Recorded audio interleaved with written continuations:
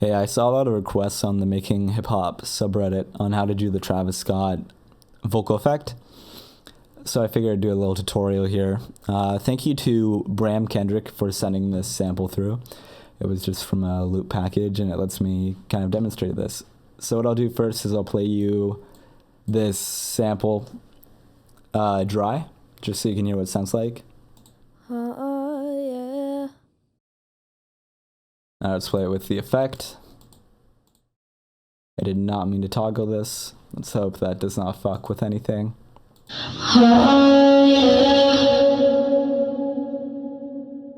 yeah, this is definitely more on the distorted end of the Travis Scott effect spectrum, but I'm going to show you a couple of different ways of accomplishing this.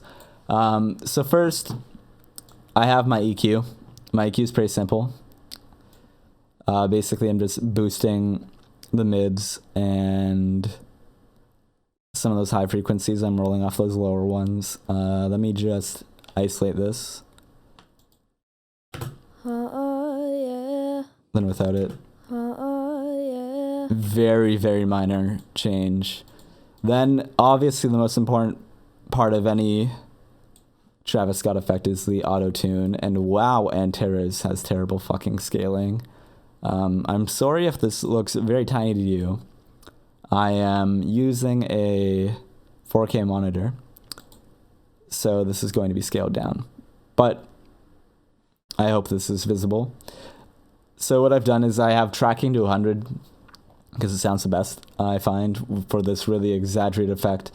The input type is soprano because obviously this is a female singer.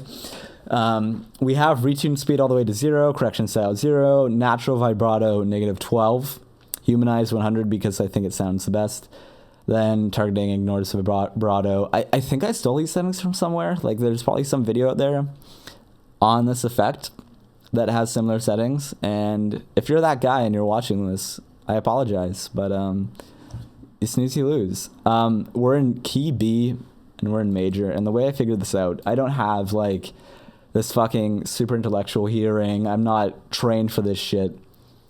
Open up in Edison, detect pitch regions.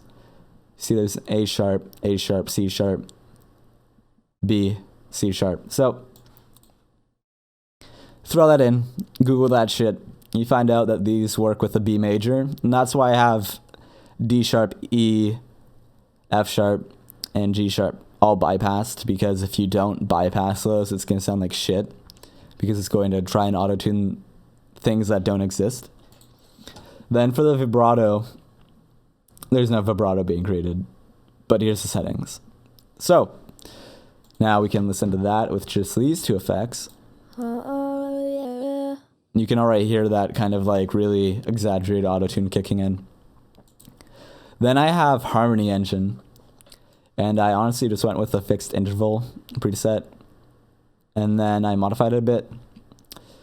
And basically just have the naturalized pitch variation set to what I have. So 31, 38, 51. Then you can play with these. I also believe I hit the triple voice parameter preset. But it also appears to have reset my settings. So let's go back. So this is soprano, soft. Listen to that. Yeah. I find that Harmony Engine really adds that kind of like chorus effect that he has to his voice because it's basically just generating those notes. Then I have Abbey Road plates here, but that wasn't in the original demo, so I'll get to that later. Then I really like Xenoverb. Any reverb plugin will work, but I'm particularly a fan of Xenoverb because I think it sounds so fucking clean. This is just preset tombstones, and I have the mix set to, I think, 30%. Yeah, 30%. It gives you that really light airiness. Then I like H-Delay, because honestly, all the Waves plugins sound fucking amazing. And I'm just using the chorus effect, milliseconds set to 1. Then I have the dry wet at 30 as well. It's not a big effect, but it's noticeable for sure. The most important part of this is a distortion. And what you want to do is you want Guitar Rig. Now, you can use any other distortion plugin. It's just that Guitar Rig sounds fucking clean. And as you can see, the preset I'm using for this, because honestly, with Guitar Rig, there are so many presets that you'll find something that fits what you need. I don't really spend a lot of time just messing about in Guitar Rig, like drigging and dropping components, even though I'm sure that's super powerful. I just pick a good preset and I add it to my mix. So I'm using the Almost Clean preset. We'll hear how that sounds. You see that nice little bit of distortion. Then I'm rounding it out with some decapitator. And just a little bit of punishment, just a little bit of drive, about 1.5.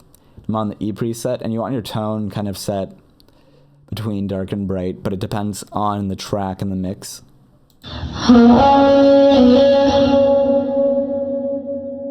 And some people might find that like the reverb here and the delay, everything being added together is a bit too much and overwhelming. So tweak these to what you see fit. Don't just copy my settings blindly. Definitely tweak them to what sounds best to you. Then I round it out with another EQ where I'm basically just rolling off those lows again so there's not too much. Then I'm dampening the mids because I found that the mids after these effects were sticking out a bit too much. Then rolling off the highs.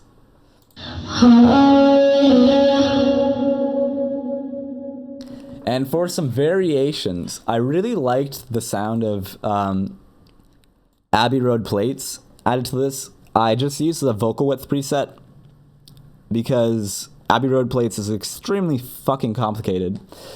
And there's so many presets in this as well that I just kind of preset dig and then adjust the mix dial. So I have this at 50%.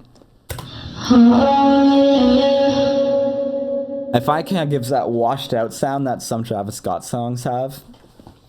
And then basically another thing you can do with this is that if you want some of that original vocal to stay in, instead of using Guitar Rig on the mix bus for the vocal track, use it as on a send.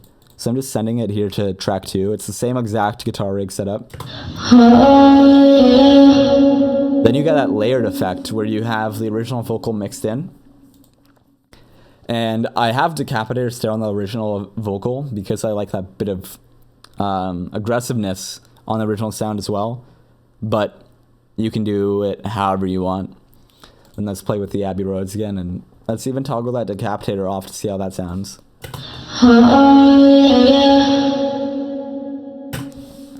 Another thing you might have noticed is that I have my stereo separation set to 25%. I just like this because it makes it sound really wide, but depending on the mix, it might not be suitable. I definitely don't recommend putting this in mono.